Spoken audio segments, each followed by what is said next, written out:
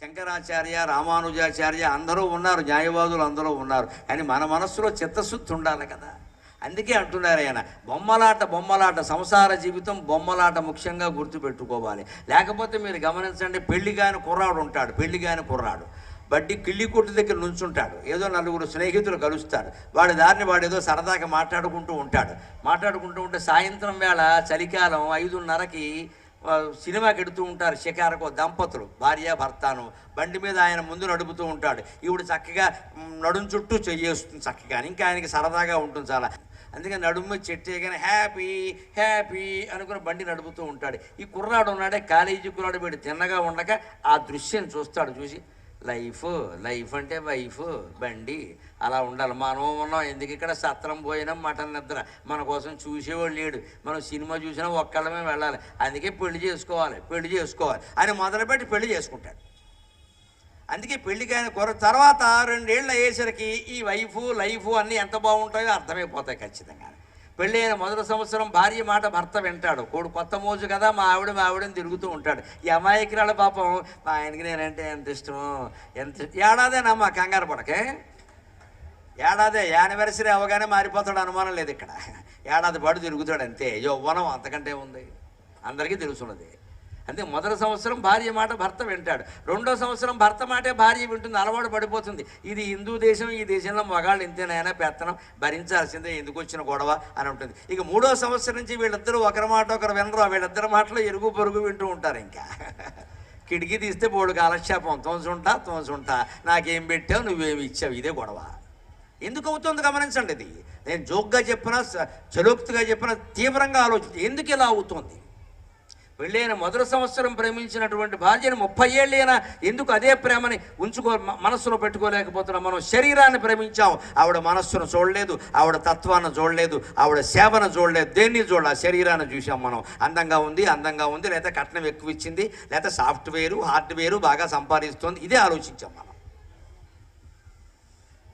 ఆ సంపాదన శాశ్వతం కాదు, ఆ అందం అసలే శాశ్వతం కాదు. ఆ అమ్మాయికి ఏదైనా ప్రమాదంలో ఏదైనా జరగచ్చమ్మా, వదిలేస్తామా? ధర్మం అది. ఖచ్చితంగా మన హిందూ ధర్మం ప్రకారం, ఇందాక కాళిదాసు భార్య ఏం చేసిందండి, అతను ఏదైనా సరే, చదువు రాకపోయినా సరే, అతనే తన భర్త అని భావించి అమ్మవారిని ఆశ్రయించి చదువు వచ్చేలా చేసుకుంది. కానీ చదువు రాదు కాబట్టి విడాకులు ఇస్తానని చెప్పలేదండి. అటువంటి విద్యాధరులు లాంటి స్త్రీలు తయారవ్వాలమ్మా, మన ఆశయం అది, మన ఆలోచన అది. ఎట్టి పరిస్థితుల్లో వివాహం అయింది అంటే ఏం కానీ ఎంత ఇబ్బంది పడినా అదే భర్త అదే భార్య ఉండాల్సిందే, జీవితాంతం గడపాల్సిందే. అప్పుడే పార్వతీ పరమేశ్వరుల కటాక్షం మనకి లభిస్తుంది. ఇవాళ సమస్య ఎలా ఉంది అంటే 2-3 ఏళ్ళు కూడా కలిసి ఉంటారనే గ్యారంటీ లేదండి. ఇవరకు పెళ్లి చేస్తే ఓ పని అయిపోయింది, అమ్మాయిలందరికీ పెళ్ళిళ్ళు చేసేసాం అని సుఖంగా కాళ్ళు చాపేసేవాడు. ఇప్పుడు చాపడానికి లేదండి. 2 ఏళ్ళది అమ్మాయిలు మళ్ళీ రిటర్న్ బ్యాక్ వెనక్కి. ఏంటంటే నాకు కుదరదు, నేను ఉండను, అంతే. ఇప్పుడు ఏం చేయాలమ్మా, ఒక పెళ్లి చేయడమే కష్టమైంది, 2వ పెళ్లి ఎవడు చేస్తాడు?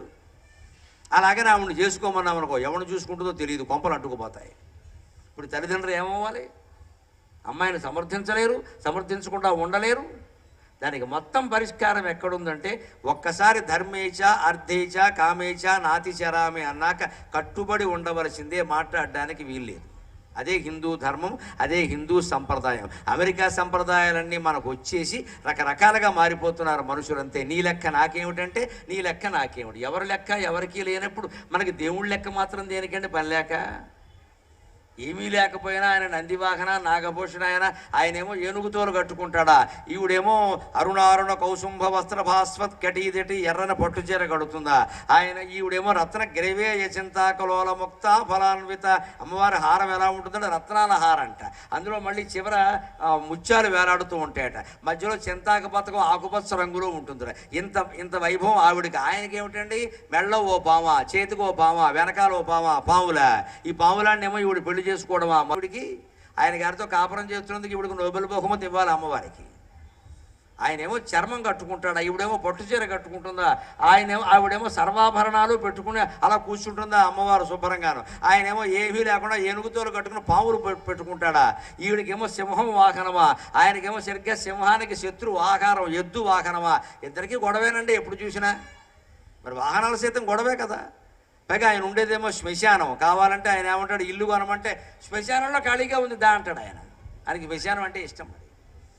మరి మరి ఇల్లు కొనమంటే ఎక్కడైనా హైదరాబాద్ అబిడ్స్లో కొనాలి కానీ శ్మశానంలో కొంటారంటే అలాగా. ఆయన ఏమంటాడు, నాకు శ్మశానమే ఇష్టం, నాకు శ్మశానమే ఇష్టం. ఎందుకంటే శ్మశానం ఇష్టం?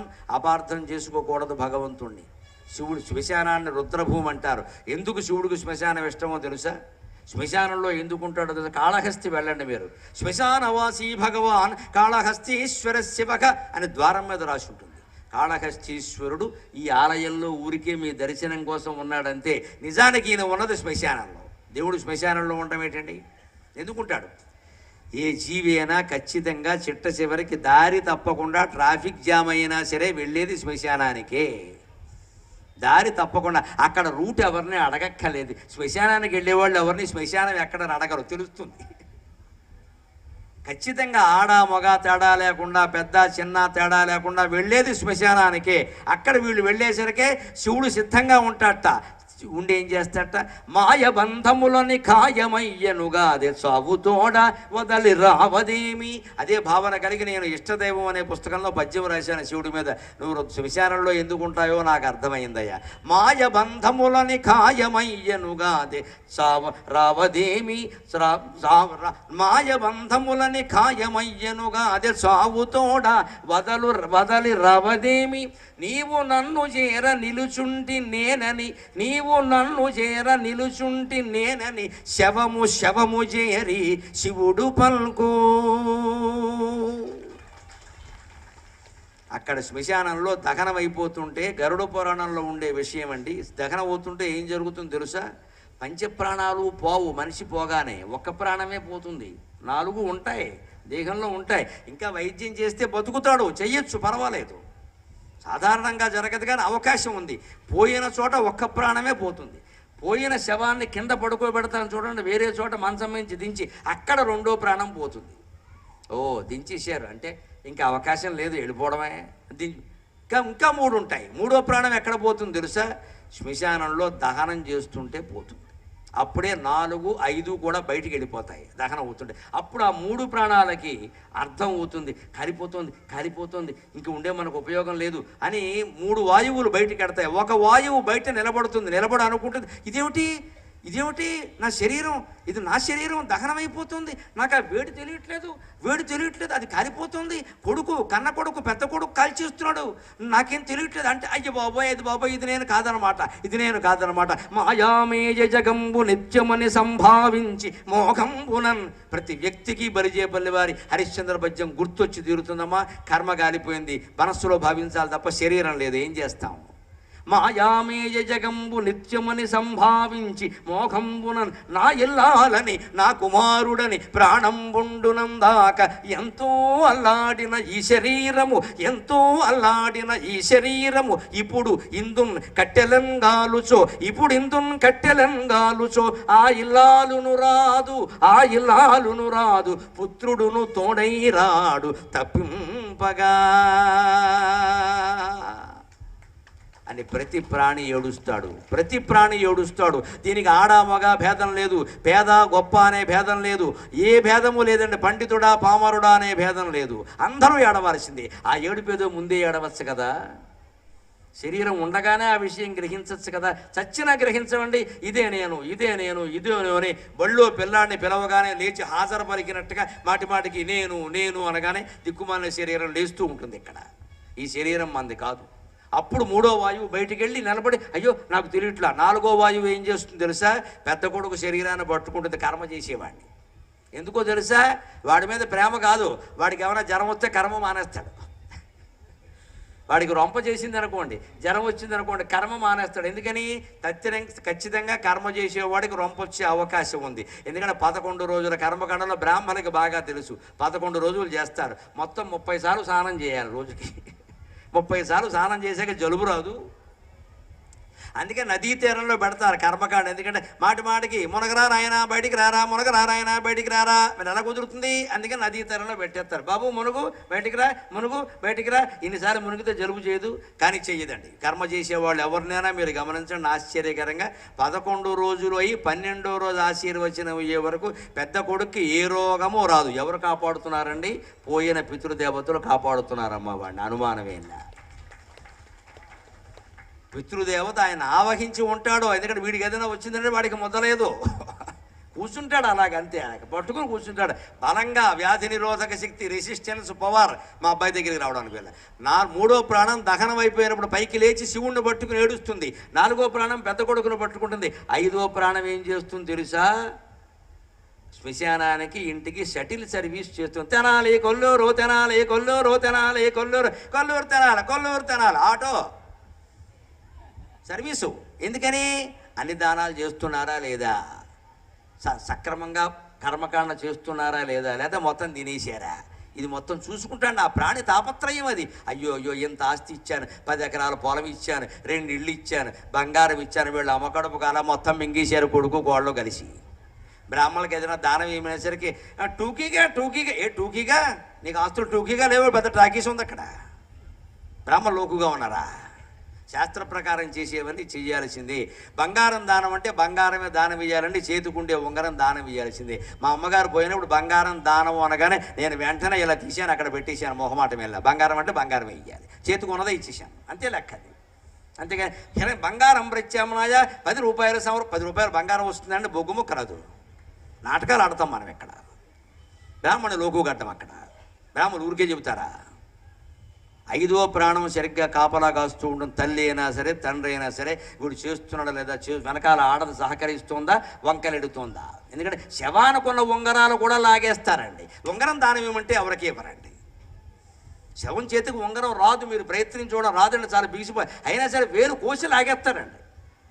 శవానుకున్న ఉంగరాలు కూడా మనం లాగి లోపల పెట్టుకుంటామే, దానం ఇవ్వమన్న ఉంగరం ఏదో లోపల ఇచ్చేయాలి కదండి. అక్కడ ఇవ్వాల్సిన చోట శాస్త్రాలు లేవు, ఇక్కడ లాగేసిన చోట మొత్తం వస్తాయండి. మనం ఎలా బాగుపడతామమ్మా? ఖచ్చితంగా శాస్త్రం ప్రకారం చెప్పింది చేయాల్సిందే. 5 ప్రాణాలు, తండ్రి ప్రాణాలు, తల్లి ప్రాణాలు పోయినవి మన వెంటాడుతూ ఉంటాయి ఖచ్చితంగా. ఆ వెంటాడితే కాబట్టి ఇంకో ఆచారం ఏమిటో తెలుసా? ఎంత వాస్తవమో గమనించండి. హిందూ అంత్యక్రియల విధానం కూడా, ఆరాధన కాదు, అంత్యక్రియల విధానం కూడా ఆడవాళ్ళకి అంత తెలియకపోవచ్చు ఈ విషయం, మగవాళ్ళకి తెలుసు. శవాన్ని 4 మోసుగడుతూ ఉంటే ముందు పెద్ద కొడుకు కుండ పట్టుకుని పెడుతూ ఉంటే 3 చోట్ల ఆపుతారు, మీరు గమనించండి. పెడుతుంటే 3-4 చోట్ల ఆపుతారు కదండి, ఖచ్చితంగా తెలుసు అందరికీ. ఆపాక ఏమంటారో తెలుసా? పెద్ద కొడుకుని పిలిచి మీ నాన్నగారిని పేరు పెట్టి. ఎందుకు పిలవడం? ఆయన బస్సు టికెట్టా, ఆధార్ కార్డా? పిలవడం ఏంటంటే పోయిన వాడిని. ఎందుకో తెలిసి దీనే దింపుడు కళ్ళం ఆశ అంటారు. కళ్ళల్లో దింపారు. దింపుడు కళ్ళం అంటే కళ్ళల్లో దింపారు, రోడ్డు మధ్యలో జంక్షన్ దగ్గర. పెద్ద కొడుకుని పిలవమండం ఎందుకు తెలుసా? తండ్రికి ఎప్పుడు పెద్ద కొడుకు మీద చాలా ప్రేమ ఉంటుంది. తల్లికి ఎప్పుడు కడసారి సంతానం ఉంటుంది, అమ్మాయి అయినా అబ్బాయి అయినా. దాని తర్వాత పిల్లలు లేరు, వాడి తర్వాత పిల్లలు లేరు, వాళ్ళ మీద ఉంటుంది ప్రేమ. అందుకని మా అమ్మగారిని అలా తీసుకెడుతూ ఉంటే మా అన్నయ్యని పిలవమన్నారు. మా అన్నయ్య ఏమన్నాడో తెలుసు, రే దాని ప్రాణాలన్నీ నీ మీదే ఉన్నారా, నువ్వు పిలవరా అంతే. నేను పిలిచానండి, నేను కవిని, నేను మామూలుగా ఎందుకు పిలుస్తానండి? అమ్మా కావలనన్న వచ్చునే ఎకాయకి నా కవనమ్ము చేరను. ఆవిడ చెవిలో నా నోరు పెట్టి ఇప్పుడు ఎలా అరుస్తున్నానో అలాగే అమ్మా అమ్మా అమ్మా 90 ఏళ్ళైనా నువ్వు పోవడం నాకు ఇష్టం లేదమ్మా, రావమ్మా అని పిలిచా. వస్తుందా అండి? రాకపోతే నాకు మంట ఎత్తింది, కోపం వచ్చింది, పద్యం చెప్పా. కావలనన్న వచ్చునే ఎకాయకి నకవనమ్ము చేరను, అవు రావలనన్న వచ్చునే సరాసరి నందన పారిజాతమై తావుల నేను చుండెను. కావలెనన్న వచ్చునే ఎకాయకి నాకవనమ్ము చేరను, అవు రావలెనన్న వచ్చునే సరాసరి నందన పారిజాతమై తావుల నేను చుండె. అయినా తలడిలన్ బని లేదు, తల్లికిన్ సేవలు చేయు పుత్రకుల జీవితముల్, తల్లికిన్ సేవలు చేయు పుత్రకుల జీవితముల్ నవపారిజాతముల్ అని అంత్యక్రియలప్పుడు ఆ సందర్భాన్ని కూడా నేను కవిత్వంతో ఉపయోగించుకున్నానమ్మా. నేను ధన్యుడిని నిజంగా. అప్పటికప్పుడు ఆశువుగా పద్యం చెప్పగలిగిన శక్తి నాకు ఉంది కాబట్టి నా తల్లి నేను ఎంత పిలిచినా రాకపోతే రాదు అని తెలుసుంటూ కూడా పద్యమేనా వస్తుంది కదా, ఈ భావాన్ని పద్యంలో పెడదాం. ఎంత ప్రయత్నించినా పోయిన వాళ్ళు రారు కదా. ఉన్నప్పుడేమో తల్లిదండ్రులను అశ్రద్ధ చేస్తారు, పోయిన తర్వాత ఈ మగాడు ఏమంటారంటే మా అమ్మే ఉంటే మా నాన్నే ఉంటే పోగొట్టేసింది నువ్వే చూసుకో. ఇంకక్కడి నుంచి కబుర్లు మొదలవుతాయండి. మా అమ్మ చాలా గొప్పది, మా నాన్న చాలా గొప్పవాడు. ఉన్నప్పుడేమో మనం నానా తగాదాలు పెట్టి వాళ్ళ ముందే అనారోగ్యంతో చచ్చేలా చేశాం. పోయిన తర్వాత పెద్ద వైభవాలు, అందరికీ భోజనాలు. ఎందుకంటే ఈయన గొప్పతనం బయటపడాలి. ఇక్కడ ఈ నాటకాలు ఆడితే ఉపయోగం లేదండి ఖచ్చితంగా. రాడు. అందుకే మన సంప్రదాయంలో ఏమంటారంటే పోయినప్పుడు ఒకటే ప్రాణం పోతుంది కాబట్టి, ఇంకా ఒక ప్రాణం దించినప్పుడు పోయింది కాబట్టి, ఇంకా 3 ప్రాణాలు ఉన్నాయి కాబట్టి బతికే అవకాశం ఉంది కాబట్టి అక్కడ పెద్ద కొడుకు ఆయన్ని ప్రేమించేటువంటి వాడు చెవులో నోరు పెట్టి నాన్న నాన్న నాన్న నాన్న అంటే వస్తాడేమో అని ఒక ఆశ. దాన్నే దింపుడు కళ్ళం ఆశ. అంటే ఎలాగూ తీరదు, కానీ మీ ప్రయత్నం మీరు చేయండి. మన సంస్కృతి అంత గొప్పది. చిట్ట చివరి ఆశను కూడా కోల్పోవద్దు, నిరాశ వద్దు అని బోధించే సంస్కృతి మనది. హిందూ సంస్కృతి అంటే పాజిటివ్ థింకింగ్, ఆశావాదం. మృత్యువులో కూడా ఆశావాదమేనండి. పోయినవాడు రాడని తెలుసు, అయినా పిలవయ్యా పిలవయ్యా 2 సార్లు పిలవయ్యా, వస్తే వచ్చాడు లేకపోతే లేదు, పిలవయ్యా అంటే ఈ పెద్ద కొడుకు ఎలాంటి వాడో తెలుసా? వాడు పిలవడు, గట్టిగా పిలవడు. ఎందుకంటే పిలిస్తే వస్తాడేమో అని అపనమ్మకం. వాడు పోవడమే మంచిది. అప్పటికే ఆస్తులు పనిచేసుకున్నారు. ఇప్పుడు వస్తే గొడవలు అయిపోతాయి. అందుకని ఏమనుకుంటారు ఇక్కడ సబారా సబారా, అది వీడికే వినపట్ల, వాడికి ఎక్కడ వినపడుతుంది? అలా పిలవకూడదమ్మా. నేను పిలిచినట్టే ఆర్తిగా పిలవాలి. వచ్చారా రాదా అన్న సమస్య కాదు, మన ప్రేమ వ్యక్తం కావాలి. అక్కడ పోయిన వాళ్ళ కోసం మనం ఏడుస్తున్నాం. మన ప్రేమ వ్యక్తం చేయడానికి వాళ్ళు రావడం అనేది అవసరమా? వస్తే వస్తారు, లేకపోతే లేదు.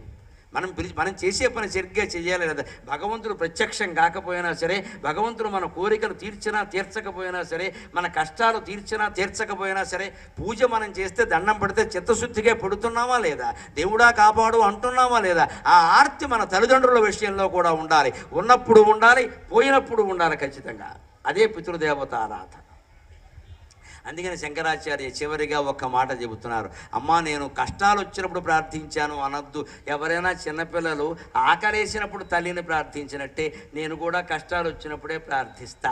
అందుకని నన్ను అనుగ్రహించవమ్మా అని చిట్ట చివరిగా ఒక్క మాట చెబుతున్నారు. మత్సమః పాతకీ నాస్తి పాపఘ్నే త్వత్సమానకీ ఏవం జ్ఞాత్వా మహాదేవి యథాయోగ్యం తథా కురు. అపరాధ క్షమాపణ స్తోత్రం కాబట్టి ఎన్ని పాపాలు చేసిన వాళ్ళకైనా భయం తొలగిపోయేలా చెబుతున్నారు ఆయన. ఒక పెద్ద మాట అంటున్నారు అమ్మవారితో, అమ్మ నా అంత పాపాత్ముడు ఇంకొకడు లేడు, కావాలంటే పందెం చూపించమంటున్నాడు ఆయన. నా అంత పాపాత్ముడు ఇంకొకడు లేడు. ఒరే పాపాత్ముడా నా దగ్గరికి ఎందుకు వచ్చావరా అంటే అంటాడు, నీ అంత దయామయ్యి కూడా ఇంకెవరూ లేరు, అందుకే నీ దగ్గరికి వచ్చా. ఇది మనం గుళ్ళో మాట్లాడాలి. నా అంత పాపాత్ముడు లేడు, తెనాలి మొత్తం ఛాలెంజ్ చూపించండి కావాలంటే అంటాడు. అలాగే మరి నా దగ్గరికి ఎందుకు వచ్చావురా, ఇంత పాపాత్ముడు గుళ్ళోకి వచ్చావంటే నీ అంత దయామయ్య లేదు కదమ్మా, అందుకే నీ దగ్గరికి వచ్చాను. అమ్మవారు అంత దయామయ్య, తల్లి అంత దయామయ్య. ఎంత లాజిక్ అండి, ఎంత లాజిక్ అండి. ఈయన మించిన లాయర్ ఎవడు ఉంటాడు? మన తరఫున వాదిస్తున్నాడండి ఆయన. బ్రహ్మచారి, ఆయనకి ఏమున్నాయండి? శంకరాచార్య పాపం చేస్తే ఎలా ఉంటుందా లోకం, ఈ సాహిత్యం ఉంటుందా? మన కోసం మనం ఇలాగే ఉండాలి. అందుకే నా అంతటి పాపాత్ముడు లేడు, మరి నా గుళ్ళోకి ఎందుకు వచ్చావు? నీ అంత దయామయ్య లేదు, అందుకని వచ్చాను. నేనేం చేయమంటావు? ఇదండి వాద అని చెప్పి ఏమంటున్నాయంటే మత్సమః పాతకీ నాస్తి, నా వంటి పాపాత్ముడు ఇంకొకడు లేడు. పాపఘ్ని త్వత్సమానకి, పాపాలు పోగొట్టి భక్తుల్ని కాపాడే విషయంలో నీ అంత దయామయ్యి మరింకెవరు లేరు. కాబట్టి ఏవం జ్ఞాత్వా మహాదేవి, ఈ విషయం నీకు తెలుసును కాబట్టి యథాయోగ్యం తథా కురు. నా జీవితాన్ని ఏం చేయదలుచుకున్నావో నీ ఇష్టం అమ్మా, నీ చేతిలో పెట్టా. అన్యథా శరణం నాస్తిత్వమేవ శరణం మమ తస్మాత్ కారుణ్య భావేన రక్ష రక్ష మహేశ్వరి, రక్ష రక్ష మహేశ్వరి, రక్ష రక్ష మహేశ్వరి. స్వస్తి.